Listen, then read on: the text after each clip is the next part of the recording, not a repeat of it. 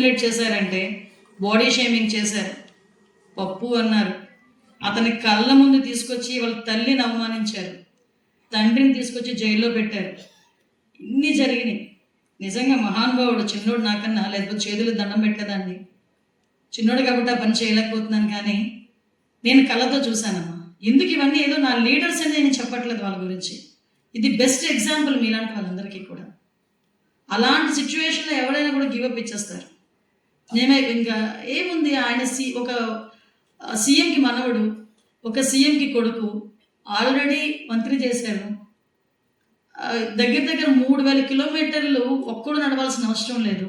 నేను ఒకసారి బోనమ్మతో కూర్చున్నప్పుడు మాట అన్నా, ఏం ధైర్యం తల్లి, కాలు దండం పెట్టాలి నీకు అన్నా. నీ పొజిషన్లో కనుక నేనుంటే నా కొడుకుని పంపించిన బయటికి. ఇలాంటి రాక్షసుడు ఉన్న చోట ఉన్న ఒక్క కొడుకుని కూడా సాయంత్రం అయితే ఏం జరుగుతుందో, పగలైతే ఏం జరుగుతుందో భయపడే పొజిషన్లో, పోలీస్ సపోర్ట్ కూడా లేకుండా ఇన్ని కిలోమీటర్లు నడవడానికి నీ కొడుకునైతే నువ్వు పంపించావు, కానీ నీ ధైర్యానికి హ్యాట్స్ ఆఫ్, నేనైతే పంపించలేను అన్నా. నిజంగా ఆవిడకి హ్యాట్స్ ఆఫ్ చెప్పాను.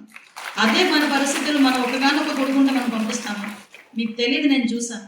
ఆయన నుంచుంటే స్టూల్ లాగేసేవారు, ఆయన మైక్ పట్టుకుంటే మైక్ లాగేసేవారు, ఆయన మీదకి ఏదో గుడ్లు అలాంటివన్నీ ఇసరాలని ట్రై చేసేవారు. అన్ని హడిల్స్ను దాటుకొని వచ్చిన తర్వాత ఈరోజు మీలాంటి వాళ్ళందరికీ కూడా ఒక దిక్సూచి లోకేష్ అని ఉన్నాడు, మాకు బోల్డ్ ఉద్యోగాలు వస్తాయి.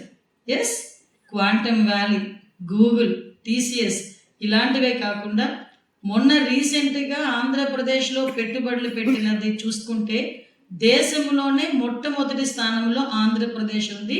25% పెట్టుబడులు పెట్టి ఆల్రెడీ ఈ 1.5 ఇయర్లో ఇలా చదువుకొని బయటకు వచ్చే వాళ్ళకి ఉద్యోగాలు లేక అల్లాడిపోతున్నామన్న ఒక పదం రాకుండా ఉద్యోగాలు ఇవ్వడానికి ఈరోజు ఎన్డీఏ కూటమి ప్రభుత్వం రెడీగా ఉంది. మీరు ఏ ఆలోచనలు పెట్టుకోకుండా మంచి మార్క్స్తో పాస్ అయ్యి బయటికి రండి. మీ భవిష్యత్తు మాది బాధ్యత అని చెప్పేదానికి ధైర్యంగా కేఎల్ యూనివర్సిటీలో నేను మాట్లాడుతున్నాను.